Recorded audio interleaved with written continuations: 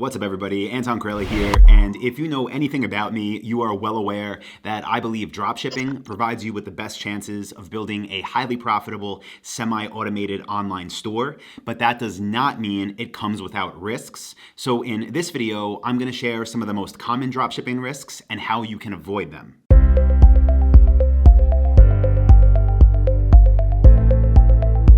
So the first risk, this is really for beginners, is buying opportunities. What I mean by that are these turnkey stores that you might see for sale on websites like Flippa or eBay, or you might see people promoting them on Facebook ads. And what these are basically stores that are being pitched as the potential opportunity. So not profitable stores, but ones where the seller says, this site already has 5,000 products uploaded to it, and we're just gonna transfer ownership to your name. And to somebody new, that might sound great, but the thing is, what you're really buying is just a cloned, copy and pasted site that really doesn't have any potential. So the first risk is buying an opportunity, and you don't want to make that mistake. So what can you do to manage that risk? Well, you have a few options. The first is just to build your own store from the ground up. Now, that's actually what I recommend, and that's what we teach you to do at Dropship Lifestyle. The second option is you can pay somebody to build a store for you to get you started, but again, know what you're buying there is a site that's designed for you, not something that's a turnkey opportunity. And that is a service, by the way, that we do offer to members of Dropship Lifestyle. Now, the other option that you have is you can go ahead and you can buy an existing store that's already profitable, a store that has a proven track record of making money and has the numbers and the actual screen shares and documents to back it up. Now, the thing with that option is it costs a lot of money to buy a store that's already profitable and that has been profitable historically. That's one of the reasons why I recommend you build from the ground up, and then you'll have an asset that if you ever want to, you can sell. Another risk that's possible for somebody just getting started with dropshipping is infringing on somebody else's copyrights and getting sued. Now, this can come about if you just decide you want to sell stuff online and you go online and look for products to dropship and you see that you could sell Nike shoes or the newest pairs of Yeezys, right? And what you're really seeing there when you see these opportunities are other products that are knockoffs of the brand names. And people that are unsuspecting go ahead and build stores, try to make ads promoting these products that, again, are really just ripped off and end up getting in a lot of trouble here. At the very least, you'll receive a cease and desist letter. At the very most, you can get sued and be in big trouble. So how do you manage that risk? Well, it's very simple.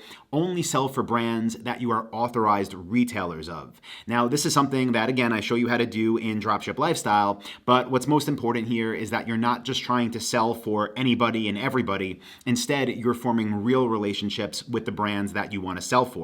Now, quick note, that's not going to be Nike. That's not going to be Yeezys, whoever makes them. I think it's Reebok. It's going to be whoever you reach out to and get approved to sell with. And they're typically not the smallest brands in the world, but they're not the biggest. The next dropshipping risk that some people encounter when first getting started is working with dropship supplier directories that they're paying for access to, and then selling products that they can't really compete on. And where you can get in trouble here is if you're paying to advertise products where you're not competitive in the slightest when it comes to pricing. So when you work with supplier directories, what's happening is you're basically paying a middleman for access to their connections. And because you don't have a real relationship with the actual end brand, the companies you'll be selling for, there's no pricing controls. The middleman marks it up to make their money. And because of that, you're competing against not only everybody else that pays the supplier directory, but you're competing against the retailers that have direct relationship with the brands. Those are the companies that have the best pricing. Those are the companies that can actually all sell at minimum advertised price, and that's the type of company that you want to be. So do not pay supplier directories. The way you manage this and still have products to sell is you reach out to brands directly and become an authorized retailer to sell their products. The next dropshipping risk is pricing errors. Now, if you're just starting out, you're reaching out to a bunch of different brands, you're receiving a whole bunch of spreadsheets of products that you can upload to your store, it's common that maybe you're editing it yourself or somebody's editing it for you, and the data gets mixed up. Maybe rows get crisscrossed. Maybe now you have a product that should be $1,000 where the columns got messed up and now the price is $500. And maybe that happens throughout a whole product catalog that you upload to your site.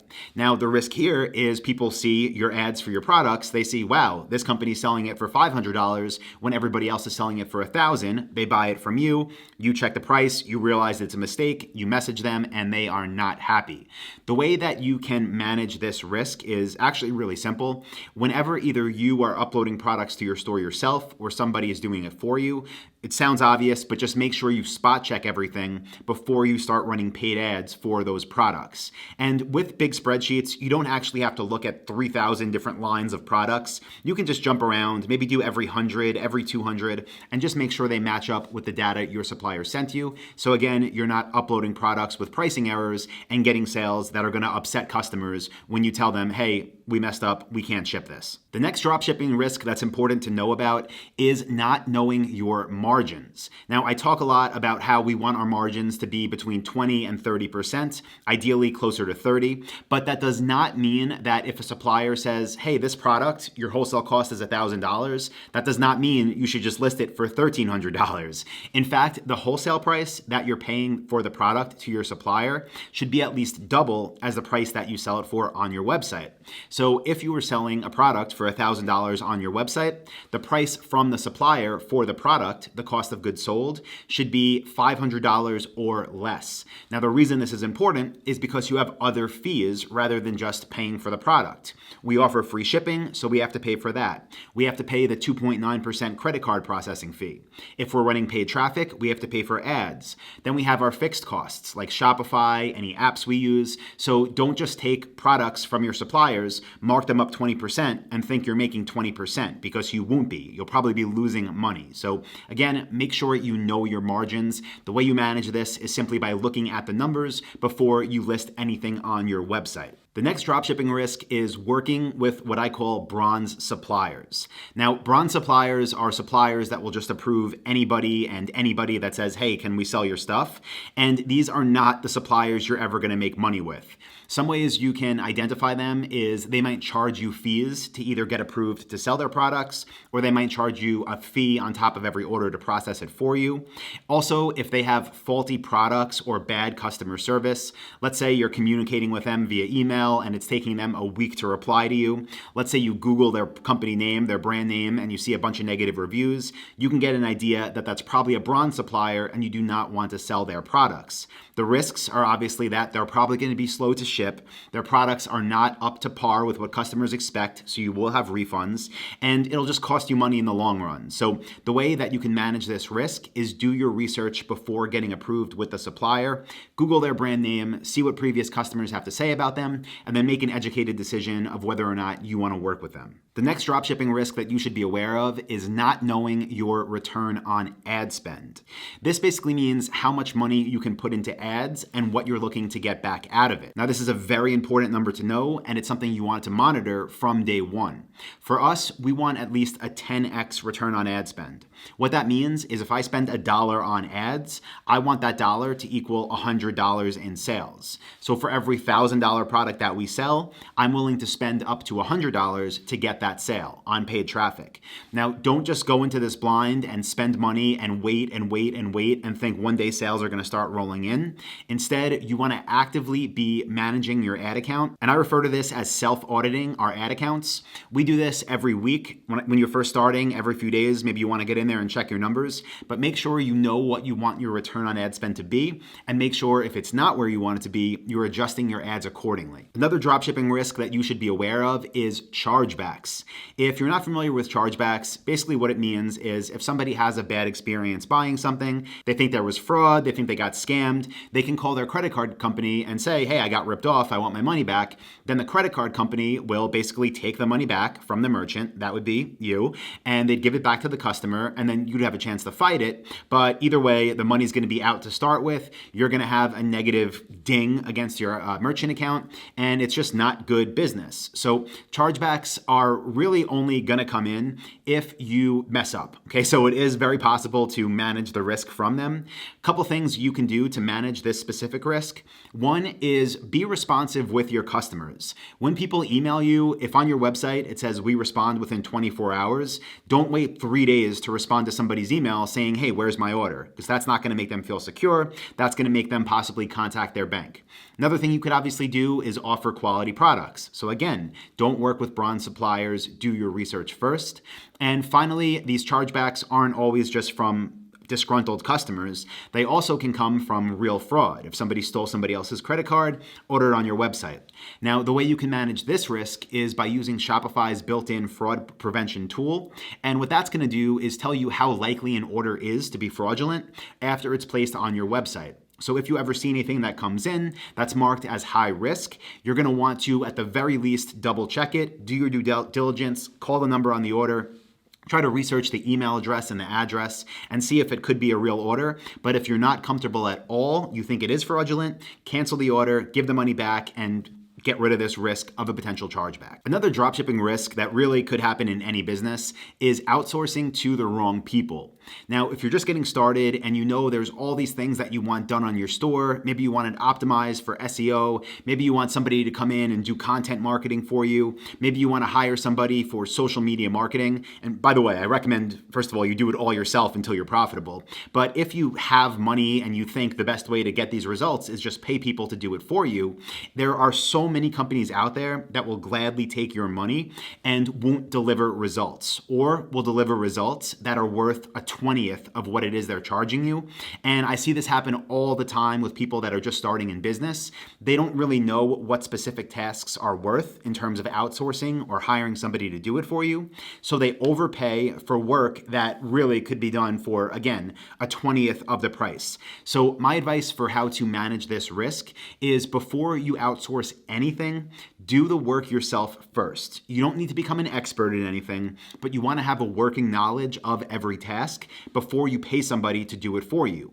That way you can put a real value on the work being done, and you can judge if they're doing a good job or they're doing a poor job. Because I have seen situations where people have paid companies for months or even years that haven't been delivering results, but the person didn't know enough about the task to be able to call them out on it. So get a base level of knowledge, do the work yourself, and then if you want to outsource it, start from there. And the next dropshipping risk that again can apply to any business is taking on a business partner too soon.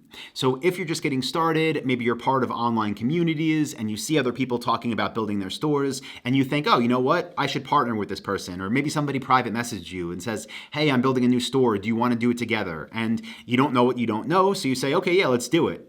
And then what happens? Maybe a few months rolls around. Maybe the store gets profitable. You realize you're doing 90% of the work. You realize all the net profit is being divided by 2. Now you have a situation where somebody is disgruntled, probably you. The other person might feel like they are doing their fair share, and now you have a problem, right? Because you have traction, you have momentum, you have profit, and now somebody has to buy the other person out, or you have to keep paying this person because why? You made an agreement randomly in a Facebook message, right? So I'm not saying business partnerships are always bad, but there is a risk of taking on partners too early. And the way that you can manage this is doing the work yourself in the beginning.